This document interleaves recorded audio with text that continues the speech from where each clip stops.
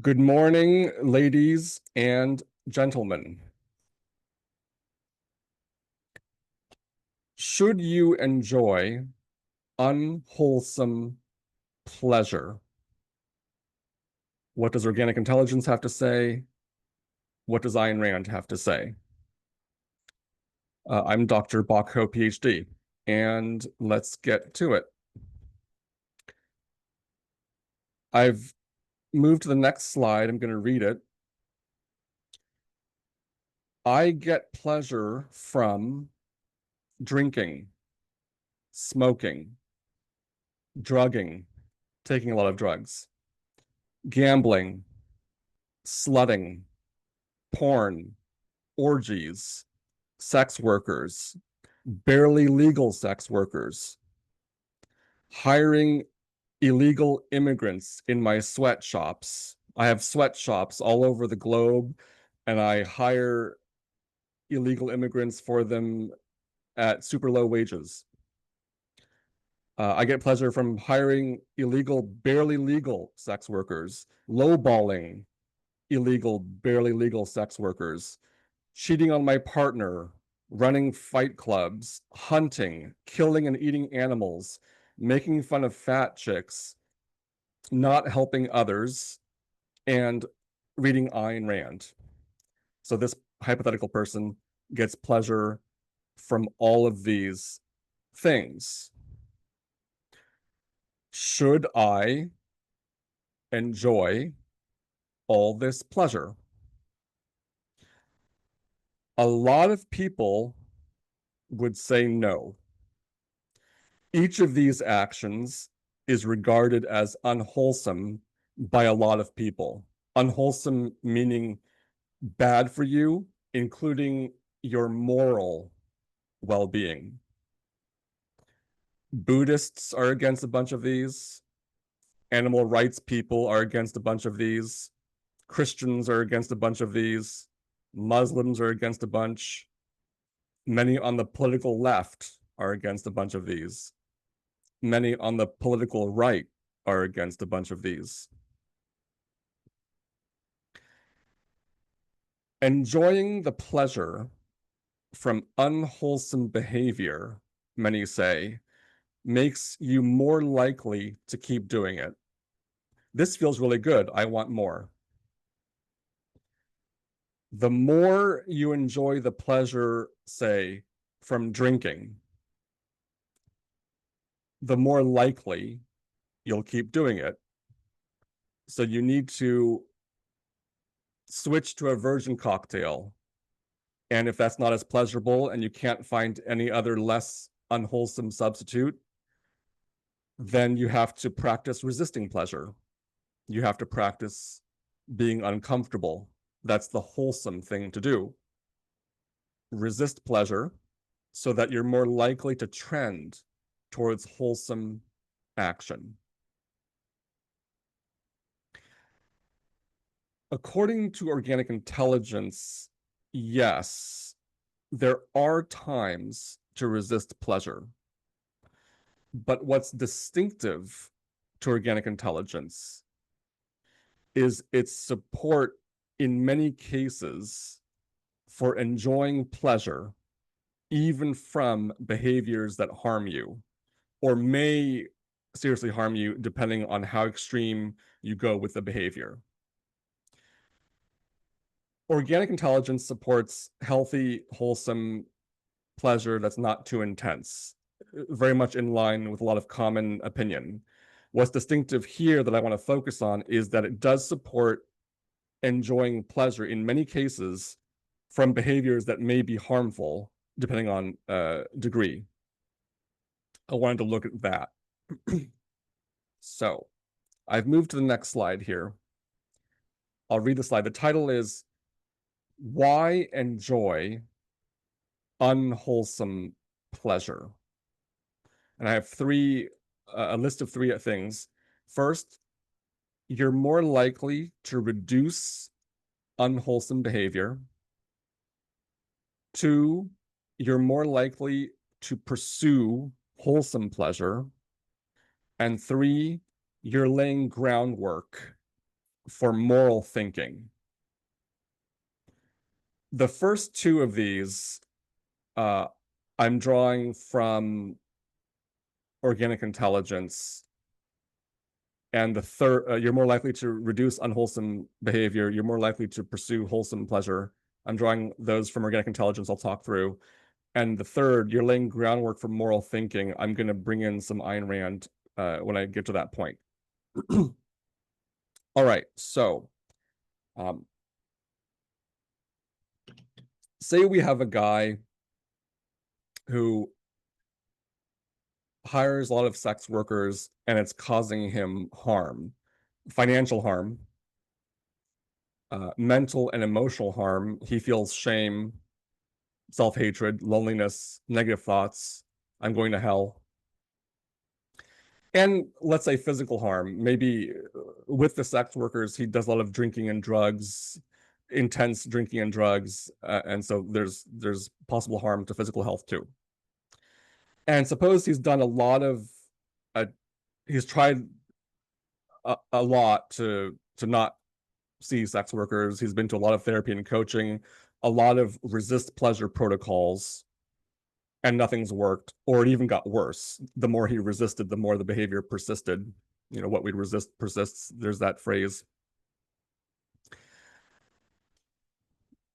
And in this case, even if he's not doing anything morally wrong, even if you think he's not doing anything morally wrong, he's still harmed from financial harm, mental and emotional harm.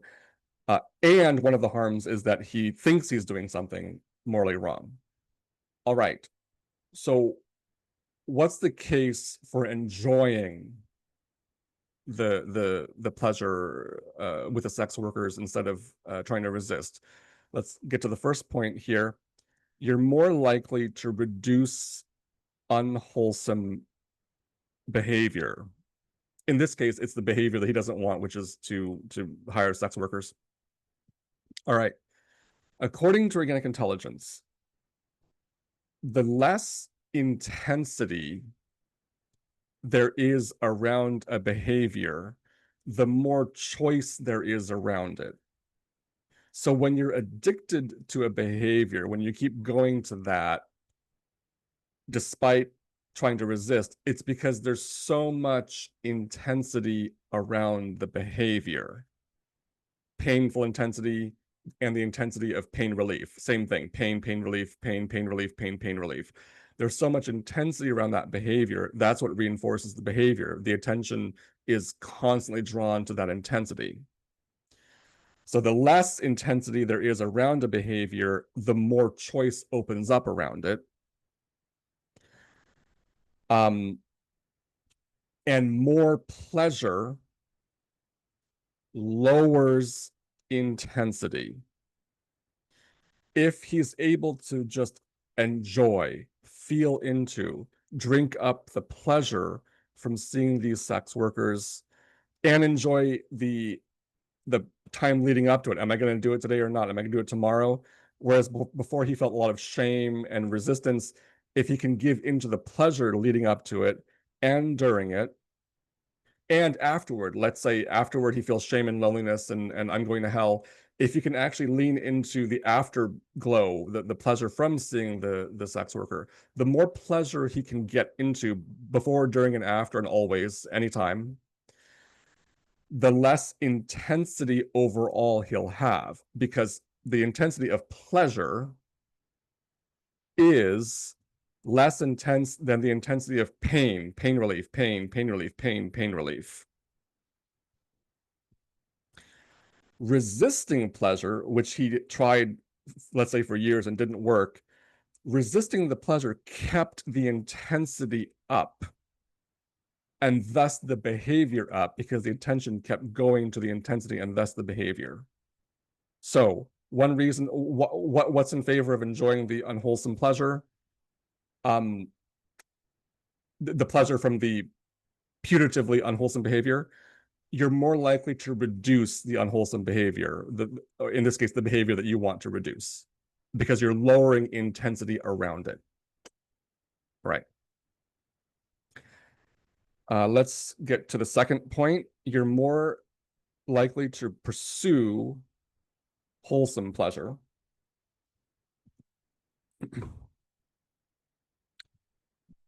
Okay. So the less hostage you are by intensity, by pain, pain relief, pain relief globs, the more choice you have to pursue wholesome pleasure because your attention is not hostaged by attraction to the pain relief globs, the unwholesomeness of that. The more choice you have to pursue wholesome pleasure, meaning pleasure that does not carry with it the harm, the pain. Okay. This, so you have the less hostage your attention is to the intensity, the more choice you have to pursue any number of healthy pleasures. Now, this includes wholesome pleasure from the behavior you're in general trying to reduce. So if you do pursue the behavior, the hiring the sex worker, you'll be able to extract what wholesome pleasure there is in it and not the pain. You're able to focus on the pleasure. And by focusing on the pleasure, you are focusing on the wholesome pleasure because pleasure itself is wholesome pleasure. You're filtering out that which is unwholesome, all the any kind of uh, loneliness, shame, self-hatred, dark thoughts, guilt, all the pain that is woven into the pleasure. You're filtering it out, the unwholesome elements, by being able to focus on the pleasure. So enjoying the unwholesome pleasure makes you more likely to reduce the unwholesome behavior and more likely to pursue wholesome pleasure in life, and including when you do the behavior, to focus on the pleasure and filter out that which is unwholesome. Okay.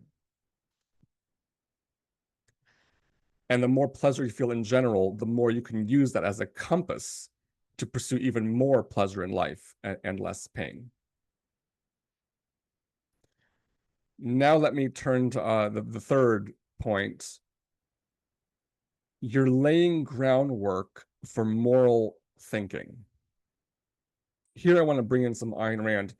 So Ayn Rand advocates thinking for yourself, not blindly obeying other people. Thinking for yourself, especially in fundamental matters, including moral matters. Now, that's the point from Ayn Rand. Now, when your attention is hostaged by pain, shame, self-hatred, fear, you can't think. You can't think clearly. You can't think critically. You can't think fearlessly. And organic intelligence says, in this connection, it's hard to challenge beliefs when fused with emotion. The greater your stability in pleasure, in feeling good, the more you're able to think fearlessly about morality and truth. Whereas before, daring to think, daring to examine beliefs, question beliefs, filled you with shame and fear.